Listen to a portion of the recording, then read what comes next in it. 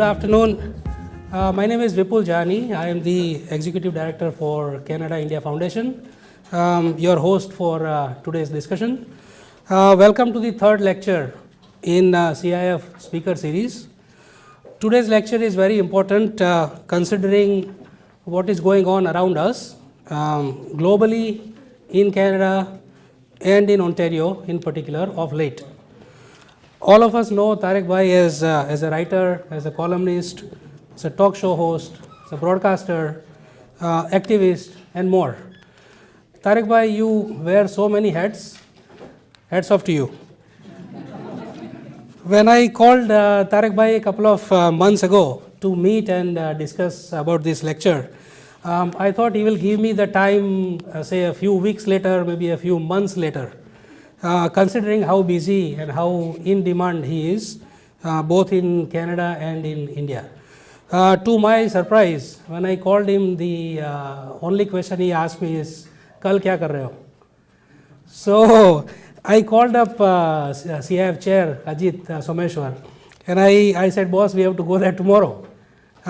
Luckily, he was also available. Usually, he is also very tough to find, a very busy guy. Anyway, we went there again thinking that we'll be there for maybe half an hour, 1 hour. But once he started speaking, we just couldn't move for almost 5 hours, if I am right. That was one of the most fascinating conversations I had in a long time. So thank you for that, Tarek Bhai. He will be formally introduced in a couple of minutes. So I am just going to talk briefly about CIF. Canada-India Foundation, as many of you already know, is a national not-for-profit public policy organization, and we are just 10 years old and recently celebrated our 10th anniversary in June, where we recognized Baba Ramdev with Global Indian Award, CIF Global Indian Award, and committed $50,000 towards charitable causes. Last month, CIF also organized a very successful golf tournament where we raised another $40,000 for some more charitable causes. $20,000 will go to the families of fallen soldiers in India and $20,000 for families of fallen soldiers in Canada. There are a few more events lined up after this lecture. We will be participating at the India Day Festival in downtown Toronto on August 20. And please do visit our booth there. We'll be there all day. On September 8, we are celebrating another event called Celebrating Democracies and Inclusiveness at Pearson Convention Center. It's a free event and with lots of entertainment, recognition for community leaders, speeches from prominent personalities, and more. So I hope to see you all there as well. Broadly, in short, CIF promotes Canada-India bilateral relations and works towards creating a positive and mutually beneficial policy framework. We also encourage and support deserving Indo-Canadians in the political processes of Canada. So if you are interested or if you know someone who is passionate about Canada, about India, about bilateral relations, then please get in touch with us. We'll be happy to discuss it further with you. Because as you know, elections are just about a year away in Ontario. So we are definitely looking for passionate people. With this, I would like to thank you all for coming here today. And I would now like to introduce our CIF National Convener, Mr. Anil Shah, who will say a few words and also introduce Mr. Tarek Fatah. Thank you. Good evening, everybody. Lots of smiling faces I see. Tarek Bhai, welcome. Thank you for being here for us. Tarek Fatah, as they say, sirf naam hi kafi hai. Everybody knows you as a writer, a columnist, broadcaster, and an activist. What is most incredible about him that is completely fearless and calls spade a spade. And Tarek bhai, you are a great inspiration to me. I try and do the same. And I did say there's some certain things on 26th of June which were called spade a spade, as we call it. Be it an extremism, Sharia law, Balochistan, Islamophobia versus Islamophacism. That's the word first time comparison I heard from you. Fierce criticism of Pakistan, Bill M103, or something else. We can always count upon Tarek bhai to stand up and speak up. Jailed, banned, fighting with dictators, fighting cancer. Nothing can conquer the spirit of this 68-year-old young man.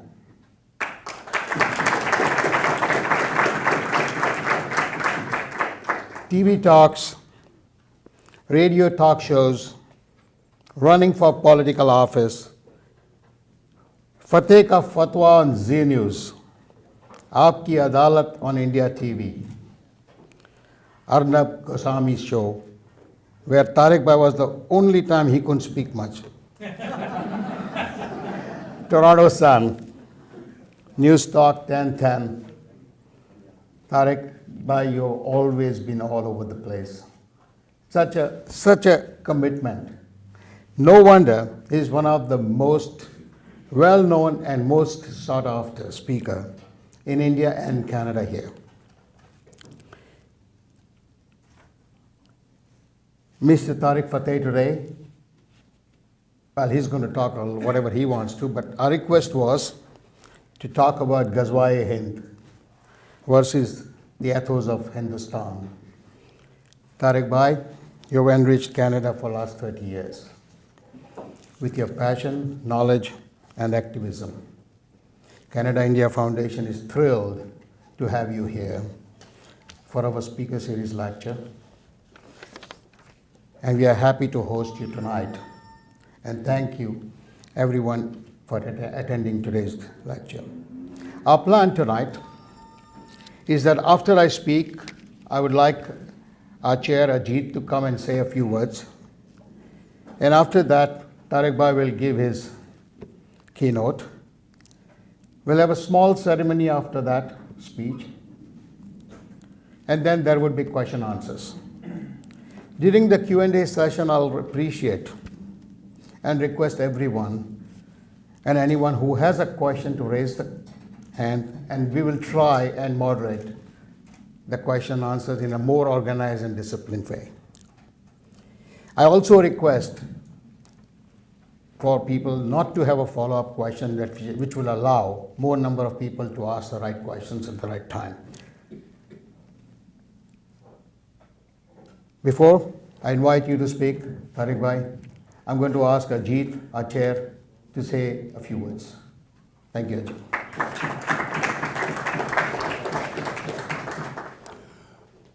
Thank you, Anil. Once again, I reiterate the feeling that Vipul just mentioned, that the visit to Tarek's house was a memorable one. We thought it was going to be half an hour, but it turned out to be a 5-hour non-stop, and we had to literally force ourselves to get out of there. Otherwise, we could have stayed for another couple of hours drinking another bunch of tea or so. But it's phenomenal. The amount of wisdom, the amount of knowledge, and the way he puts it across, right, makes it extremely difficult for you to have any other opinion but the opinion stated by him. In fact, it comes to a point where right now, some of us are trying to figure out, what is this secularism all about? You know, when you question the pandering of the majority to a particular minority, right, isn't that secular? But then you're viewed as somebody who is not in the secular frame. You are viewed as your right wing, but Tarek is a left winger. So how the hell does this happen? So in a country like Canada, right, where the minorities are being pandered to in the name of the multicultural mosaic that we talk about, right, to question it is not to be Canadian. And that I cannot understand. And I think keeping this in mind, right, Tarek Bhai, you should deliver your lecture, because I know that this is happening in India too.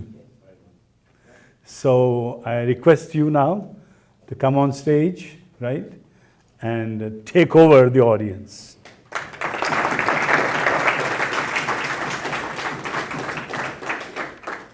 Bhaiyo aur behno, namaskar. Nobody wished me my wedding anniversary date today. 41 years और कोई भी नहीं देखी. Anyway. Forget after 30. ना, not me. Gujarati से शादी है मेरी. तो फिर आप हमारे जमाए हो गए. अरे पूरा अहमदाबाद का जमाए में. Thank you very much for coming here. Let me assure you that it takes some courage to come here, because as you well know, this event was to take place in Ryerson University, a university that claims to produce some of the finest journalists. That includes my daughter as well, by the way, but has in a very unfortunate manner joined the thousands of academic institutions and academics who, for lack of a better word, I call Sharia Bolsheviks. These are people who do not have to study economics to understand what is it to, say, fight poverty, or to understand Venezuela, why an oil-rich country is going to dogs, or discuss, to have no anything. They just have to be pandering to the lowest common denominator in an era of mediocrity to sound as if they're academically very strong. And they're never usually in academics in the areas of science or technology.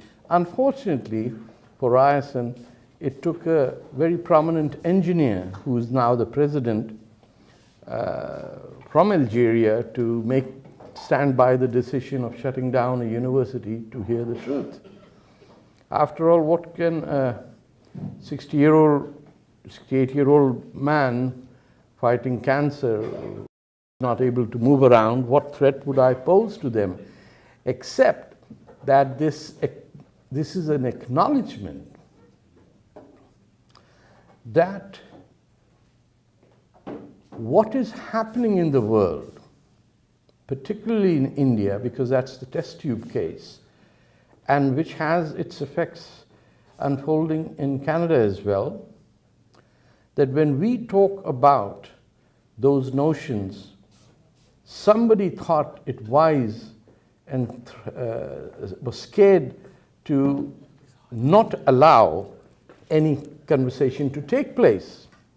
Perhaps if we had talked about how samosas have contributed to the richness of Canada, half a dozen ministers would have come, and most of them would have worn saris, and some would have sat with hijabs in the corner waiting to be called to sit at the back of the bus. Our premier is very good at that. But we were going to talk about Ghazwa-e-Hind. Now, do you think Black Lives Matter or Antifa or the other left-wing groups that do not want this to understand what's Ghazwa-e-Hind? I mean, people of Hind don't know what is Ghazwa-e-Hind. The only people who seem to know what is Ghazwa-e-Hind are primarily the people of Pakistan, right? And so someone, somewhere, who's a professor of journalism from your community teaching at Ryerson, knows it better. And I wouldn't be surprised at who pulled it off, that we can't let this happen. Because, you know, Ryerson is the same place where Jewish students were told that they cannot go for internship in Jewish social community groups to do their work. Because, you know, Hanud and Yehud, which neither the Hanud nor the Yehud know what it means, but it is the Muslim appellation, the curse, the four-letter word to describe the jointness of the Hindus and the Jews. Nobody in India knows that. All you guys know is how to get a good GMAT score to go to the best university so you could be rich. Well, get rich, your enemies want to get poor and die, and you've never heard of a lawyer and a Dawood Ibrahim type guy, a lawyer ever winning. It's the gangster who wins. And that is why this talk was not permitted. Because most of us who are Muslims of Indian background, most of us, every one of us is aware of what's happening. And it is a bizarre form of patriotism to the community that forces us to be 10 years as vice president of a country, and then the day you're asked to leave, you said, "Badi buri halat hai Musalmanon ki." Sharam nahi aati.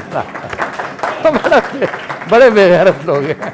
I mean, if he had been 10 years as a chaprasi and then fired, I could have understand Mr. Ansari saying, "Yaar, badi buri halat hai. 10 saal chaprasi kaam kiya, mujhe promote nahi kiya, head clerk."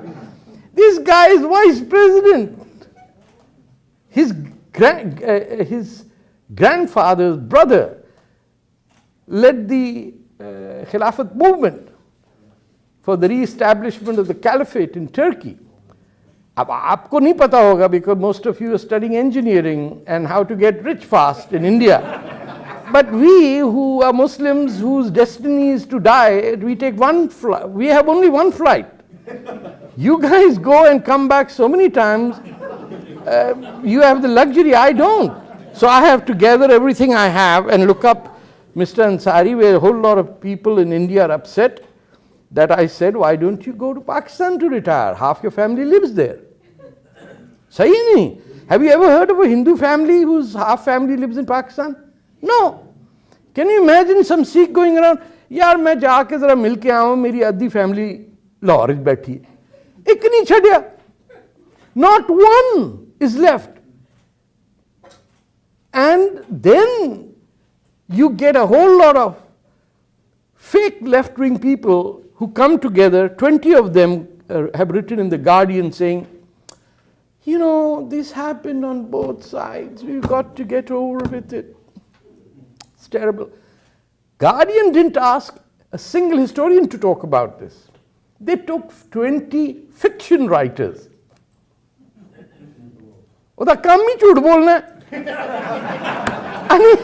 The guy's profession is to lie. And the left said, "Where do we get the truth?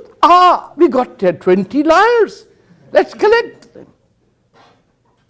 One among them, a prime example of the bullshit that goes on in left-wing circles is Benazir Bhutto's niece, Fatima Bhutto.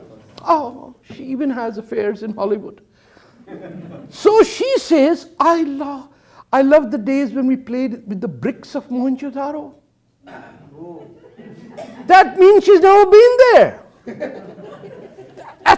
Because the Nodero, which is the family home of the Bhuttos, is about 30 miles north of Mohenjo-daro. Larkana. But Mohenjo-daro, you don't have bricks. It's an archaeological, preserved UN heritage site. Nobody plays with bricks. Tusi bricks se khedna, tusi jao. Any brick in anywhere where you dump married couples and Christians, you throw them and bake them in Pakistan. That's where you go to play bricks. But you write in The Guardian that as a kid, I used to play with bricks. You never touched sand. You come from the royal families that exploit poor people in the name of Islam and land. You have the same pappus in India as well who wrote the same nonsense. Oh, I wish we would just get together. Get together. You're the one who left Lahore and abandoned it. What person says, I think my entire heritage is going to dogs, but if I leave it, the onions will be cheap. That's what India is. Don't laugh at that. You should be crying. You left Lahore, abandoned every one of the Muslims that fought with the Congress and said, don't worry about it. And when those Sardars and Hindu families of Layya and Muzaffarganj and Multan and Rawalpindi ended up in Delhi, they find there too there are Muslims. Divided families is a term. Even someone as smart as Salman Rushdie says, you know, it divided families. You should read that column. Part of my family stayed in India, part of them moved to Pakistan. I want to meet one Hindu family that says, part of us stayed in Pakistan and part of us moved to India. Not one. Not a single Sikh was left alive in Lahore. Not one. And the shameless people, the pseudo-intellectuals of India, who are today doing that Aman Ki Asha Tamasha, the destroyed politicians of India who have fallen and succumbed to the ISI machinations done by the Mata Hairis of today. We know many of them today going through murder cases whose careers have been destroyed by the Pakistan ISI in this Aman Ki Asha Tamasha promoted by Times of India or who not. Does anyone know that the word Asha cannot be used in Pakistan? That Aman and Shanti are cursed words? Not because Muslims think so, but because the very people who created Pakistan, who live in Uttar Pradesh and Bihar and Madhya Pradesh and Bombay, and the Ansaris and the Sayyids and the Rizvis and the Lucknowis, who created the amputation of India, they are the ones who run Pakistan. You think the Punjabis of Lahore, Muslims, were against Hindus or Sikhs? It is not in the ethos of the Punjabi to be driven by that. We have far too serious things like humor, jokes and abusive language to share with each other than to be worried about that nahi yaar aisa khana nahi khana Hindu hai.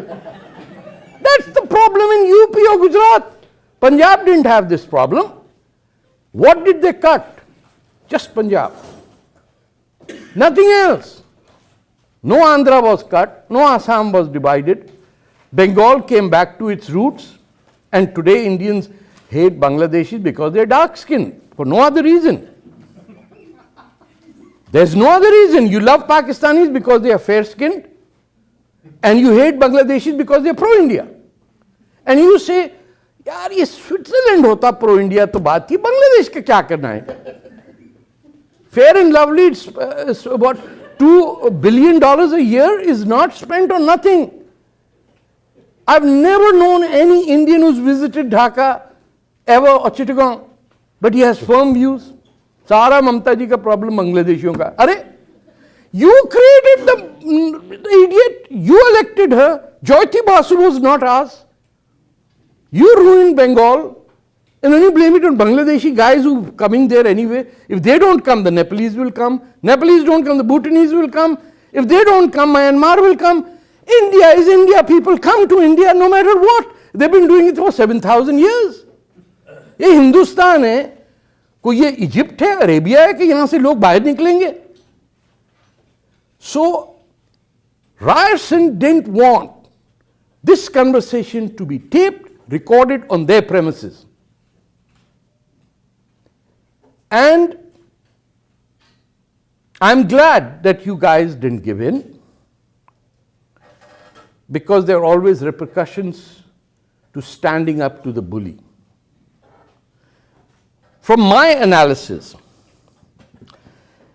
the Indo-Canadian is a naive and a far innocent person to understand his or her enemy either in India or in Canada. You have about a dozen members of parliament from Indo-Canadian background. Almost all of them are anti-India. That's amazing. Yeah, nobody could have asked for anything better. जो elect होता है वह उसकी जाली degree होती है या वो खालिस्तानी होता है या उसने झूठ बोला होता है और he spitting out cherry seeds like this is your contribution because the best amongst you have thought that making money is the issue, and even when you donate to the politicians they end up voting 1984 genocide day. How could you allow that to happen? The most civilized place on earth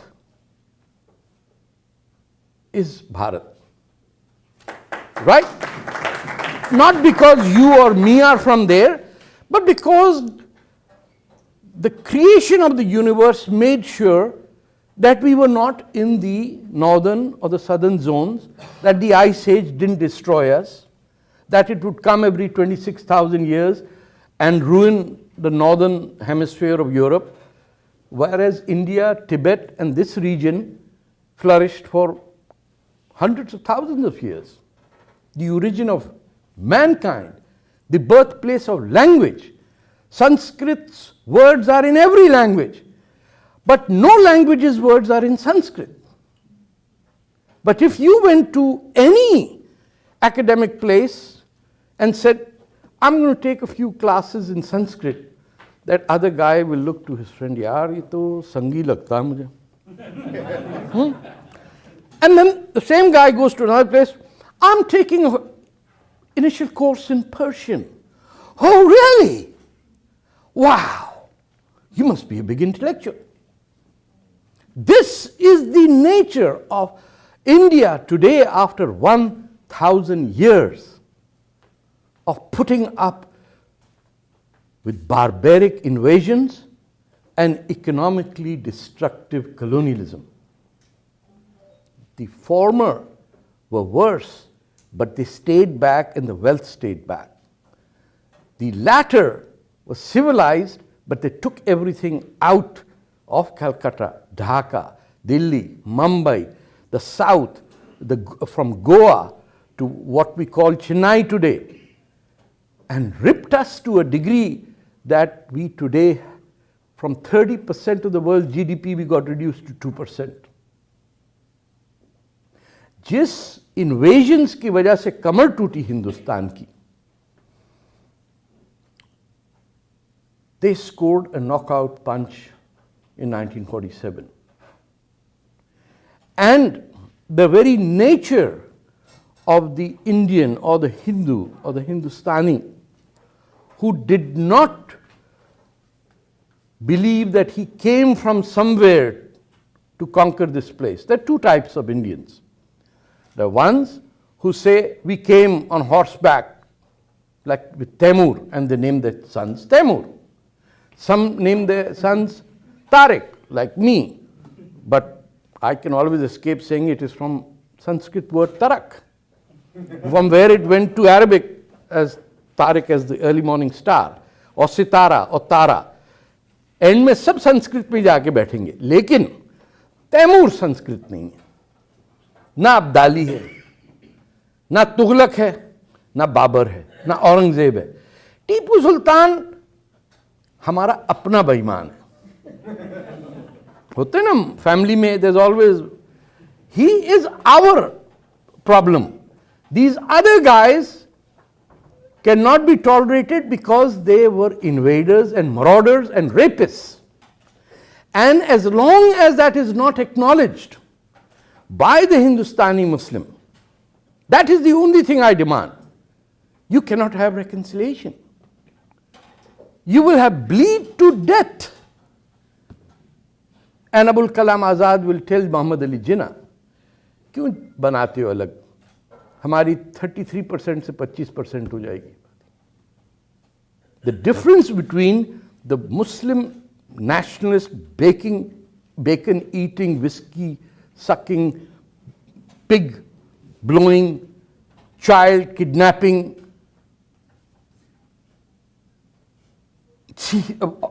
statutory rapist Muhammad Ali Jinnah and the masjid going Abul Kalam Azad is that they both had a view that the is not clean. They both believed in the essence of Sharia law, that is, that a Muslim can never live under a non-Muslim Raj, Darul Harb. Okay? One said we'll create a state from where we will destroy India as a launching pad, and the other said that we need to stay together and destroy them from within. Nobody can deny these facts, it's written in Islamic law. The only people who can stand up to this are the ones who reject Sharia. If you accept Hadith and Sharia, you believe in Ghazwa Hind. If you believe in Ghazwa Hind, you are the enemy of India. You could have been the president of India and you could be Abdul Salam, apna, kya naam hai, हाँ नहीं जो president थे हमारे हाँ कलाम साहब because he is an Indian, because he says despite me being a Muslim I am first an Indian, in fact first a Tamil. ये बाकी के जो लोग हैं जो कह रहे सैयद है हम पंजाबी भी नहीं है ये all of Pakistan's Punjab that speaks Urdu with a very bad accent, it's entertaining to watch them on television. You know, they can't speak English or Punjabi or Urdu. They are fluent in no language because they have an identity crisis. How could someone in Lahore say my mother tongue is Urdu and that is why I hate India? What?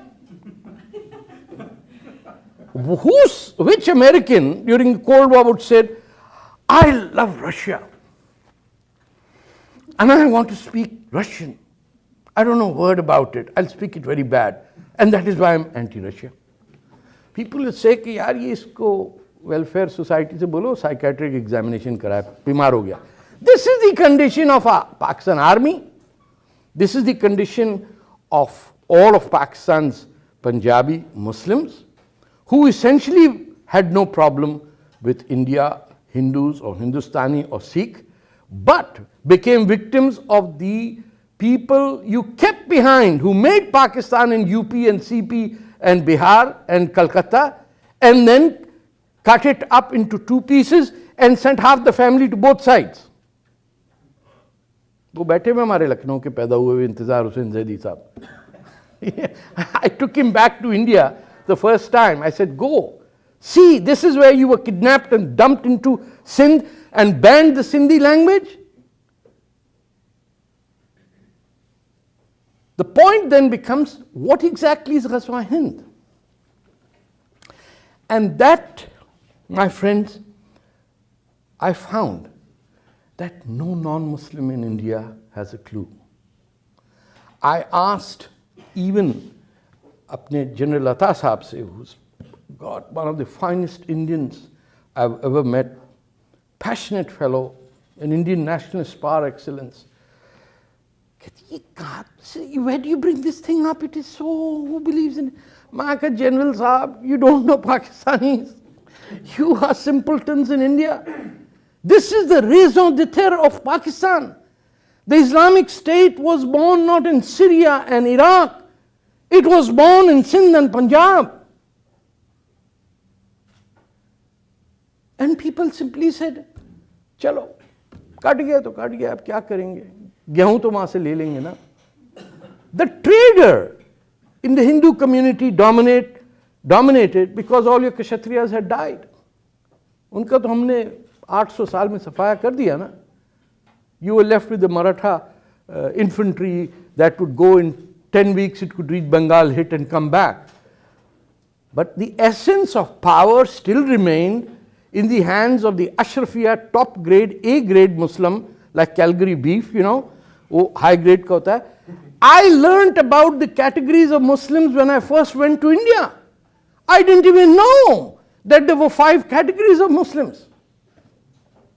And one guy came and said, हम लोग पठान होते हैं, हम नहीं सैयद होते हैं, हम पठानों में शादी नहीं करते.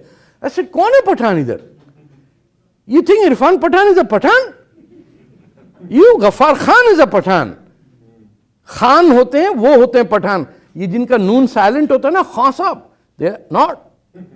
ये आपके बिहारी होते हैं. अब हबीब खान साहब भी है ना, आपके नए मिनिस्टर आए हम, जिन जय श्री राम कहकर मर गए, वो उन पे फतवा लग गया. बताइए ना. So Indians are naive because your education system told you to live with the guilt of not being able to understand what happened to you. You didn't get independence on August 15th, 1947. You got amputation. No people on earth can accept that as a status quo or as the end game.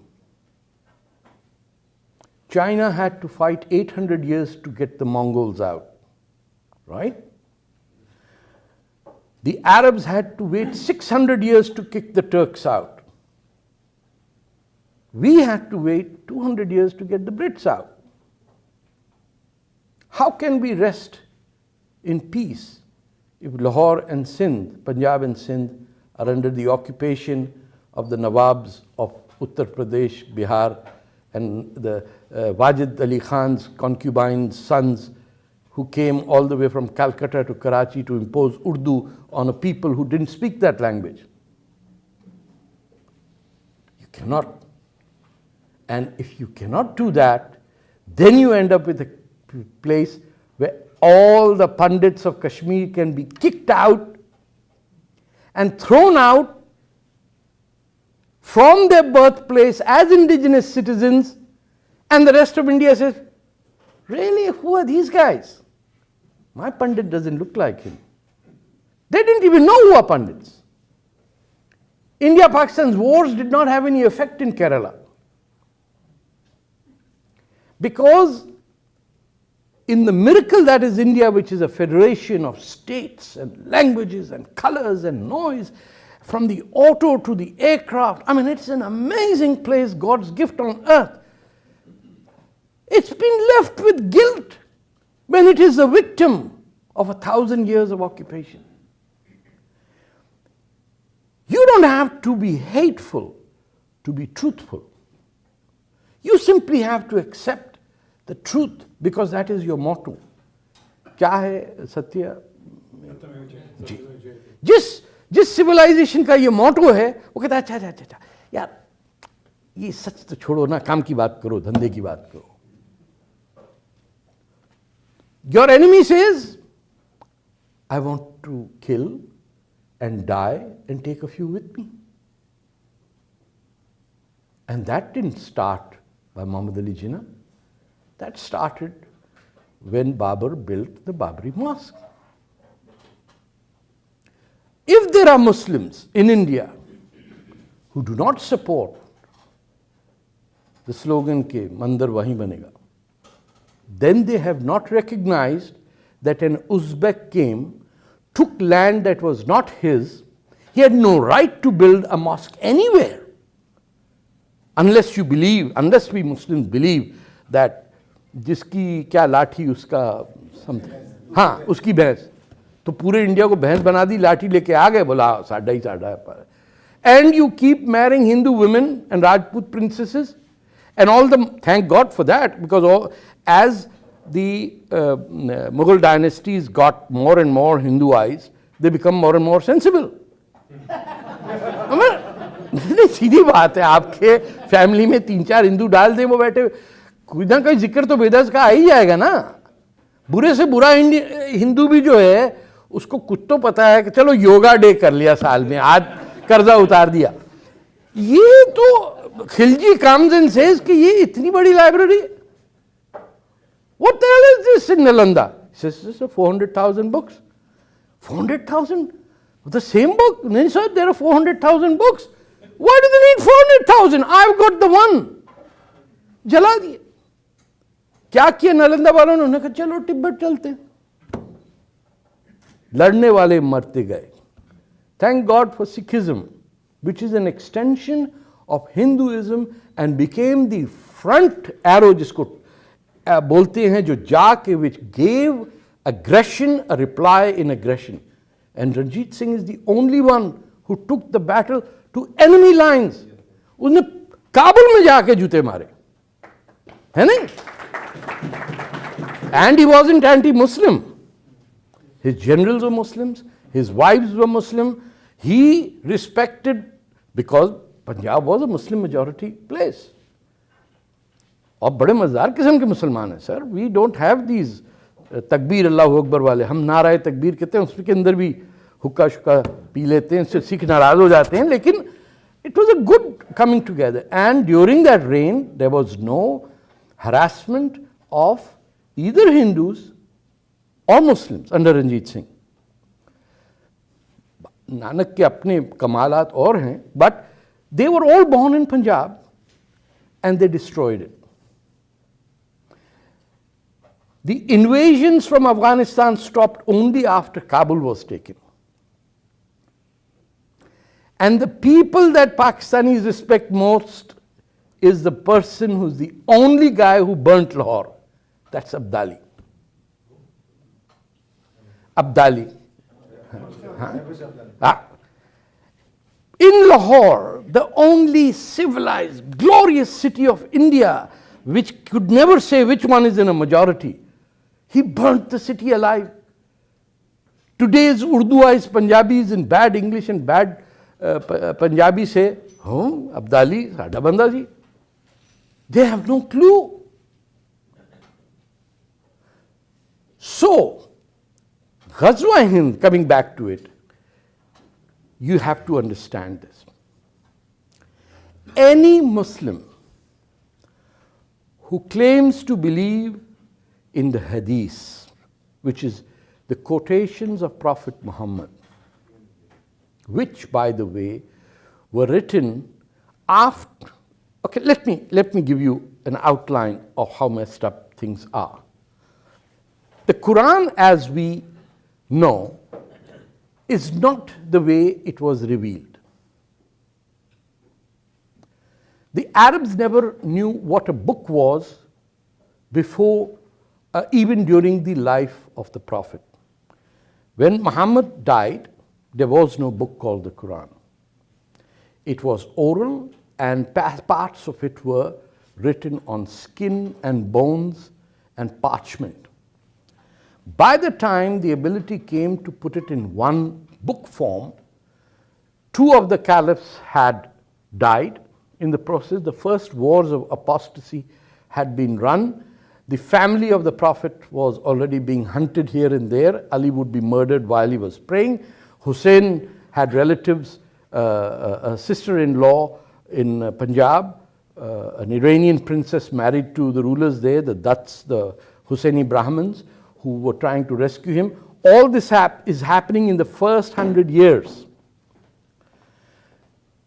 As soon as the Umayyads, the first dynasty of Islam, takes place in Damascus, the man running it is the worst enemy of Prophet Muhammad, who converts to Islam barely a day before Mecca falls to Muhammad, Abu Sufyan. His son takes over, they never go back to Mecca. Nobody ever went back to Mecca. Well, the air conditioning theek nahi hai. There's no running water. Over in Damascus, you get princesses who take showers every day from Zoroastrian Persia and Greek Orthodox Damascus. Who's going to give them up to go back to a place where nobody takes a shower? There is no water, there's no stream, there's no agriculture, there's no cow, there's no sheep, there's nothing there. In that context, the first dynasty is a diversion from Islam. That's the dynasty that writes out the Islamic law, the Sharia. It's in that 100 years, and then they get butchered, all of them.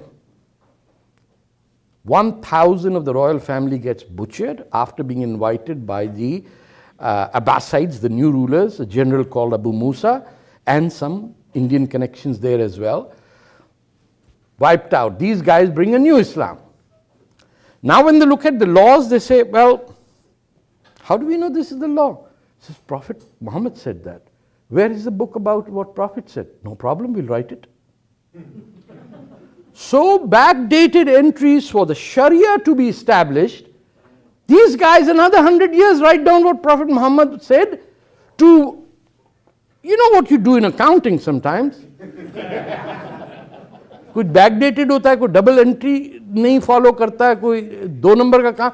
ये 2 number के काम में they wrote down what Prophet Muhammad might have said to justify the law that they'd already accepted. Another 100 years go by. And these fellows say, too many Persians, they always cause a problem. Uzbeks and all these Bukharis and these people, none of the Arabs did anything. These Arabic names you hear are Uzbeks, Indians, Persians, Berbers and Turks. You समझ लें, double-storied building was never ever built in Arabia till Aramco came. I'm serious. इसीलिए कहते हैं ना कि gauge को सजा देनी है तो उसको छत से फेंको. तो मैं बोले छत से फेंको ठीक है, तो मड हट की जो छत होती है इसमें फेंक दो. तुमने तो कभी बनाया नहीं बिल्डिंग 5 स्टोरी 3 स्टोरी की भी. 1 स्टोरी के घर के बाद नहीं बनता है, तो उसे कोटे पे लेके जाओ, फेंक दो, भाग जाएगा. ये 10वीं स्टोरी से फेंकना तो अन-इस्लामिक हो गया ना फिर. But I am digressing, sorry. So they write the biography of the Prophet in the 8th and 9th century. And that biography, which is the most extensive and readable part of Islamic literature, then becomes more authoritative than the Quran. Because you can draw from that and prove the Sharia that's written. And the Quran, because you change the order of how it was revealed, cannot be read and understood by anyone. And the moment says, Maulana sahab, samajh mein nahi aata, bolo tu to kafir ho.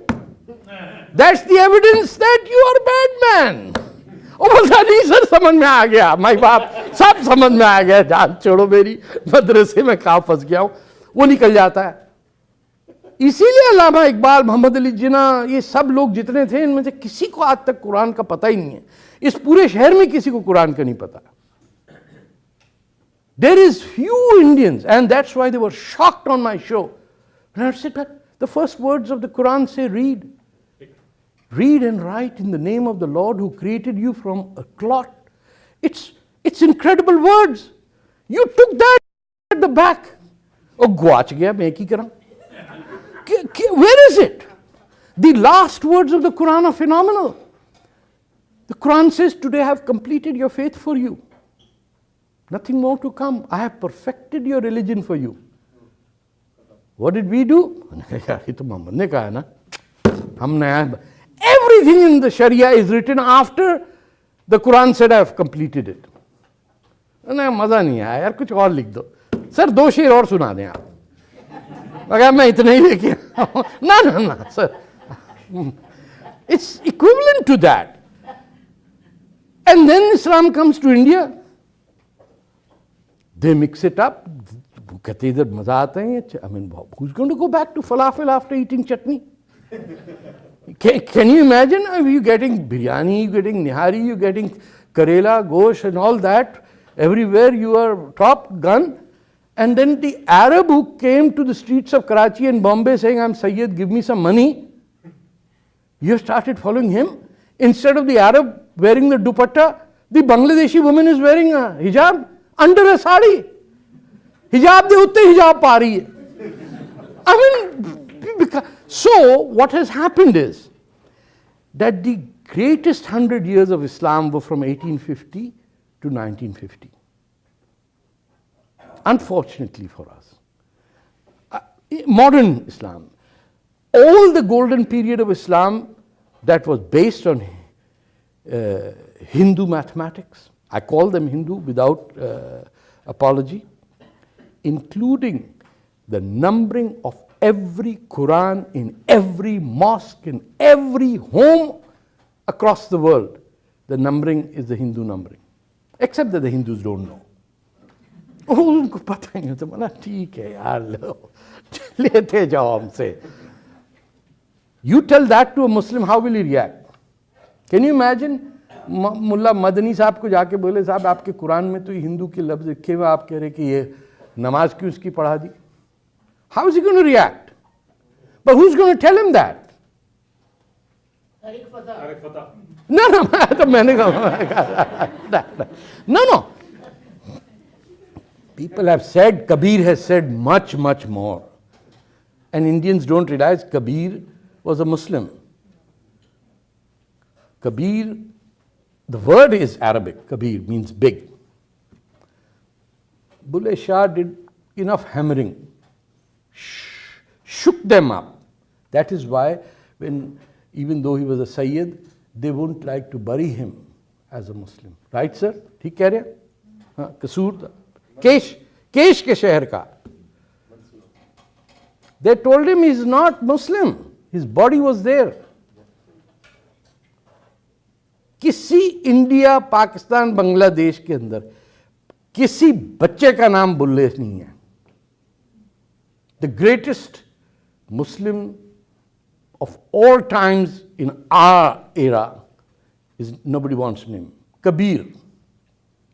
Kabir Bedi है, बाकी किसी का नाम कबीर, एक पाकिस्तानी का नाम कबीर नहीं है. How is that possible? कि लाहौर का Dara Shikoh would not have, एक है शायद दारा पहलवान था हमारा, शायद दारा सिंह, वो भी सिंह निकला ना एंड में. किसी मुसलमान का ना ही दारा नहीं. How is that possible? No, मतलब कि these were people who were not part of one nation. The Punjabi Muslim had nothing to do with the Kerala guy. In Balochistan, which was almost independent of the rest of India, the Muslims even branched off into a new religion called the Zikris. ठीक है sir? Oh, they were smart guys because they were children of African slaves sold into India by the Arabs. They said Hajj wad pe nahi jana humko. They took a mountain and they said we'll do Hajj, circulate around this place. गलत तो नहीं कह रहा हूँ sir? Turbat में. They are the Zikris. We have some of them here. Tipu Sultan and these guys come from the same lineage of the Baloch. That is why I say they were crooks, but they were our crooks. Aurangzeb was the invaders' crooks. So I have always some affection for our own family members who are bad. But unless Ghazwa Hind is attacked frontal to say to India's Muslim leadership and in Canada, I'll come to why there are a number of people who are saying, why do you bring your problems back home to Canada? Well, you brought us over here. That's why Metcalf was from Lahore, but I live off Metcalf Street here. The same guys from East India Company would then come and settle down over here. The point is, if you cannot understand this and challenge the Indian Muslim leadership without anti-Muslim attitude, you cannot fight hate with hate. You have to fight hate with truth. The point is, how can you accept, how can we as Hindus or Sikhs or Buddhists or Zoroastrians accept you as equal Indians if your goal is to destroy us? Because Ghazwa Hind is a hadith, a saying of the Prophet written by people who said that the Prophet told me. Ghazwa is a war that is led by Prophet Muhammad. A battle in which Muhammad did not lead cannot be called Ghazwa. Prophet Muhammad is supposed to have said that the people who engage in the decimation and destruction of Hindustan will go direct to paradise. Because these are the last of the idol worshippers. And Yom Qiyamah, the end of times concept, which is biblical, Judaic in some nature, will not happen till one army of the Muslims will attack Rome, which is Europe, and another will attack India and convert the population to annihilation or acceptance of Islam. That's Ghazwa-e-Hind. Now, if you believe in this, you cannot be an equal Indian citizen. That's what I'm saying. If you don't believe in it, you need to condemn it because it exists in your hadith. That's the challenge that people like Javed Akhtar or Asif Sahab, who's a Communist Party guy, there are many Muslims who are sensible in India, but who are caught up in that team spirit. My community, like Manchester United fans, yaar ab sabke samne to nahi aisi baat karo na. My position is that we are naked in the middle of town square. Everybody can see us. The time to hide is gone. You killed tens of thousands of fellow Muslims to prove that you are right. The main victims of jihad are Muslims. Aurangzeb's victims were Sikhs, of course, but it was his father, his brother, the Shias of Anaconda, and the destruction of his own son's army. It was all there. It is Aurangzeb who said that every Shia has to die. And that is why Aurangzeb is so loved by people, so-called secular Muslims, who say, you shouldn't have changed the road. If there's ever, I told my daughter, if I'm not incinerated, which I wish to, and if I'm buried, please write Tarek Fatah, who got Aurangzeb road changed to Dr. Salam. And the reaction to this was ferocious, but they couldn't say it. वो एक नहीं उर्दू में कहते हैं गम गुस्से की लहर दौड़ गई एकदम, हमें गुस्सा आ गया एकदम, कैसे कह दिया आपने, शेर शायरी करने. That's the only thing they do. When caught in a corner, revert to the शेर. Because you can get away with it. The Ghalib ne kaha, maine thodi kaha. Now you're safe. Can you imagine someone in Tamil coming around and when the argument runs out, he says something in Tamil or Malayalam or a Punjabi? Can you imagine a Punjabi or a Gujarati saying, "Ek minute ha, tame ki ek chapat padegi wala baat kar rahe tumse. What bullshit are you talking about?" Now that is what is the defense of the Ashrafiya Muslim of India. He reverts to Urdu, then he curses you, then he tells you your daughter is having children out of wedlock with a Jew and on television and gets away with it. Or he issues a fatwa on TV that you'll slit off my neck or send Chota Shakil's gundas to get arrested, or even ISIS. 4 groups of Muslim gangs had to be identified as to who is who would wanted to kill me. But at that time I didn't know. They just said, stay in the hotel. Now, who in India is going to talk about this? None. If they can't talk about this in India, which is a democracy, do you think they'll talk about this in Saudi Arabia? Swami. No, but he's not a Muslim. I'm saying a Muslim has to take this up. That is why I keep saying the M103 movement was destroyed by its opponents and strengthened for Iqra Khalid by its opponents, not by its supporters. You entrenched M103 forever by using hate to fight. You need truth to fight. You come with the facts and say Ghazwa-e-Hind is an extension of Islamo-fascism, which is Islamism is different from Islam. That in Islam, all that I'm required to do is believe in oneness of God, or Tawheed jise kehte, once a year fast, pray daily, and give the wealth tax, which nobody does. 2.5% आपके assets पे, it's a big amount, कोई नहीं देता. That's Islam. Islamism is to use your community and your belief in a political way to establish your supremacy over the rest of mankind. So it is equivalent to what Nazism is.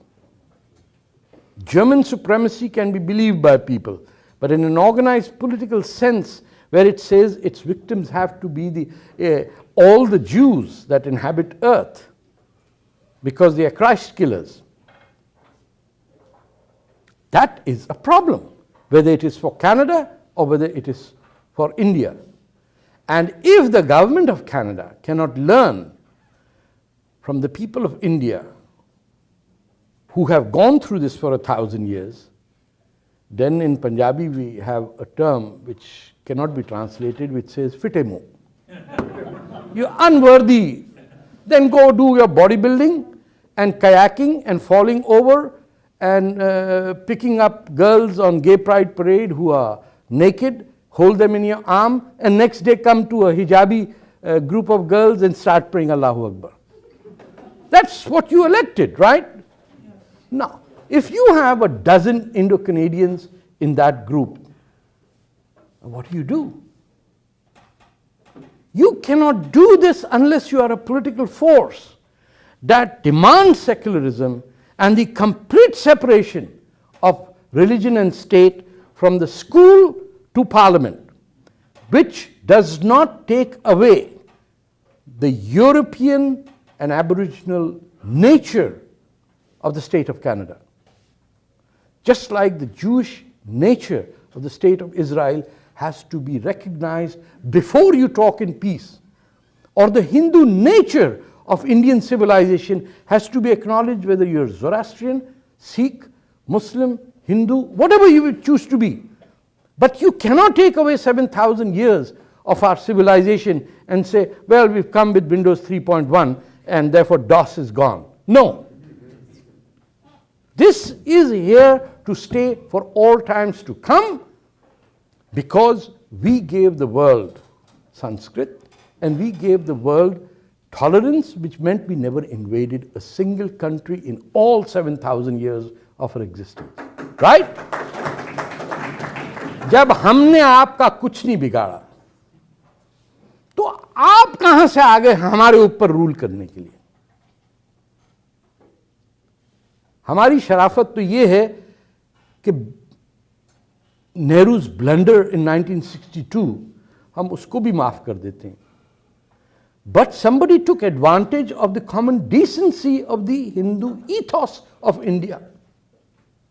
So I'm not saying because some of you are Hindu or some of you are Muslim. I'm saying these are the facts. You don't go to Sindh and say that I have come here to invade as a 17-year-old Muhammad bin Qasim, and then turn around and say, Ahmad Khidr is 17-year-old, so he's a child. Because for Ahmad Khidr, Muhammad bin Qasim is his hero. We need to be truthful as to how we deal with facts. And India is getting a raw deal because the Muslim community over there, its leadership, has a veto power over all legislation.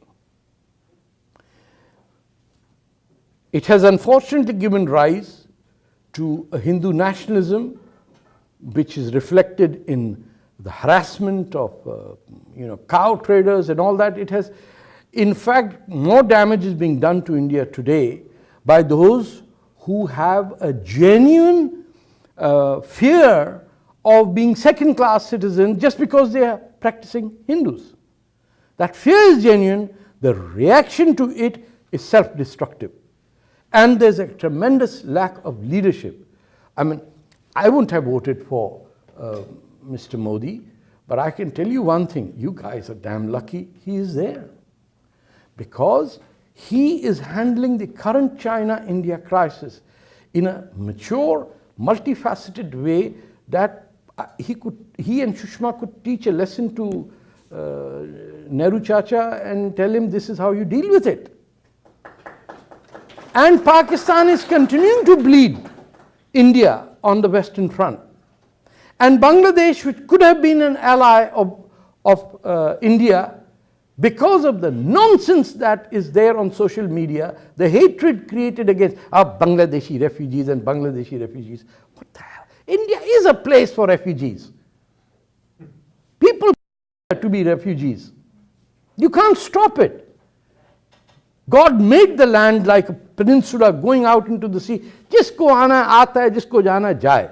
Lekin you should demand one thing. जो आएगा वो हमारे घर का furniture नहीं change करेगा.